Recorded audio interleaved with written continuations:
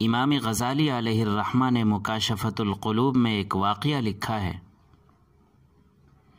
کہ ایک شخص حضرت عیسیٰ علیہ السلام کی خدمت میں آیا اور کہنے لگا کہ اے اللہ کے نبی، میں آپ کی صحبت میں رہنا چاہتا ہوں، آپ کی صحبت اختیار کرنا چاہتا ہوں، آپ کے ساتھ رہنا چاہتا ہوں۔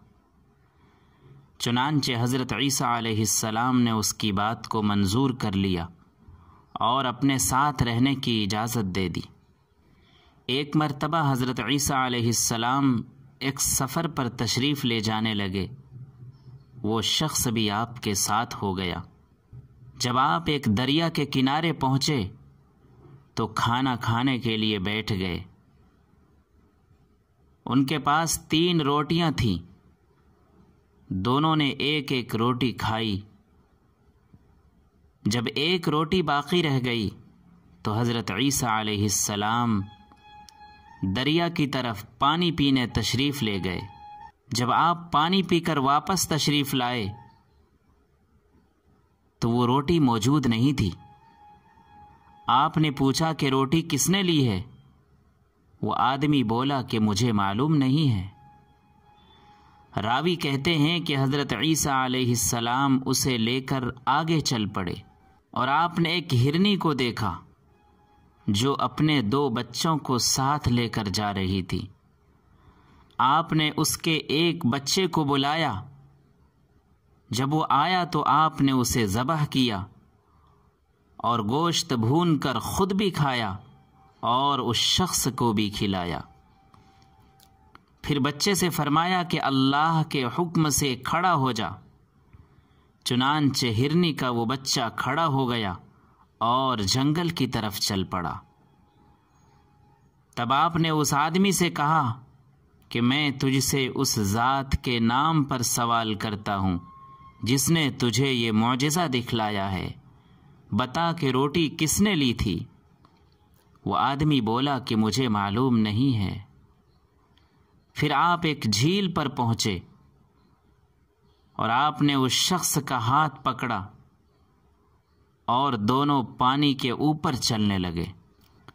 جب آپ نے پانی کو پار کر لیا تو آپ نے اس شخص سے پوچھا کہ تجھے اس ذات کی قسم ہے جس نے تجھے یہ معجزہ دکھایا ہے، بتا کہ روٹی کس نے لی تھی؟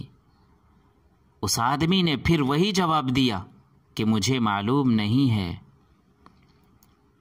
پھر آپ آگے روانہ ہو گئے اور ایک جنگل میں پہنچے۔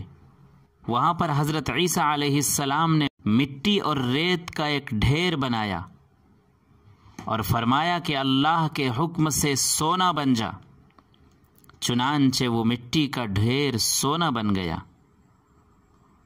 اور آپ نے اس کے 3 حصے کر ڈالے اور فرمایا کہ ایک حصہ میرا ہے، ایک حصہ تیرا ہے اور ایک حصہ اس شخص کا ہے جس نے وہ روٹی لی تھی۔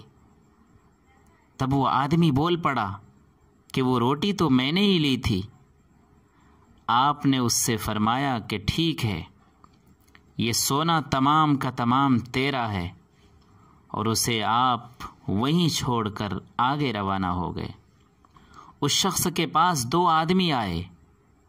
انہوں نے جب جنگل میں ایک آدمی کو اتنے سارے مال اور اسباب کے ساتھ دیکھا تو ان کی نیت خراب ہو گئی اور انہوں نے ارادہ کیا کہ اسے قتل کر کے سارا مال سمیٹ لیں۔ اس آدمی نے جب اس کی نیت کو سمجھ لیا تو خود ہی بول پڑا کہ یہ مال ہم تینوں ہی آپس میں برابر برابر تقسیم کر لیتے ہیں۔ چنانچہ دونوں رضامند ہو گئے۔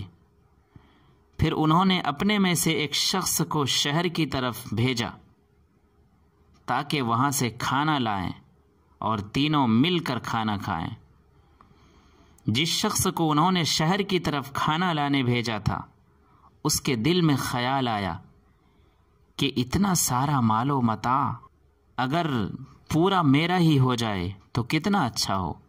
میں ایسا کرتا ہوں کہ میں کھانے میں زہر ملا دیتا ہوں تاکہ وہ دونوں جیسے ہی اس کھانے کو کھائیں گے ہلاک ہو جائیں گے، مر جائیں گے، اور سارا مال اکیلا میں ہی لے لوں گا۔ چنانچہ اس نے ایسا ہی کیا۔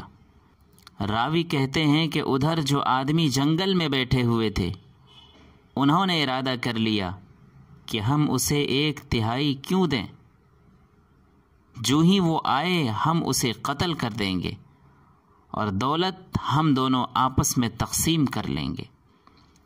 چنانچہ جب وہ آدمی کھانا لے کر آیا تو انہوں نے اسے قتل کر دیا، اور بعد میں جب ان دونوں نے وہ کھانا کھایا تو کھانا کھاتے ہی وہ دونوں بھی مر گئے، اور سونے کا ڈھیر اسی طرح زمین پر پڑا رہ گیا، اور جنگل میں 3 لاشیں رہ گئیں۔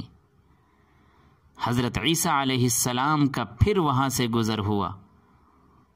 جب انہوں نے ان کی یہ حالت دیکھی تو اپنے ساتھیوں سے فرمایا کہ دیکھو یہ دنیا ہے، اس سے بچ کے رہنا۔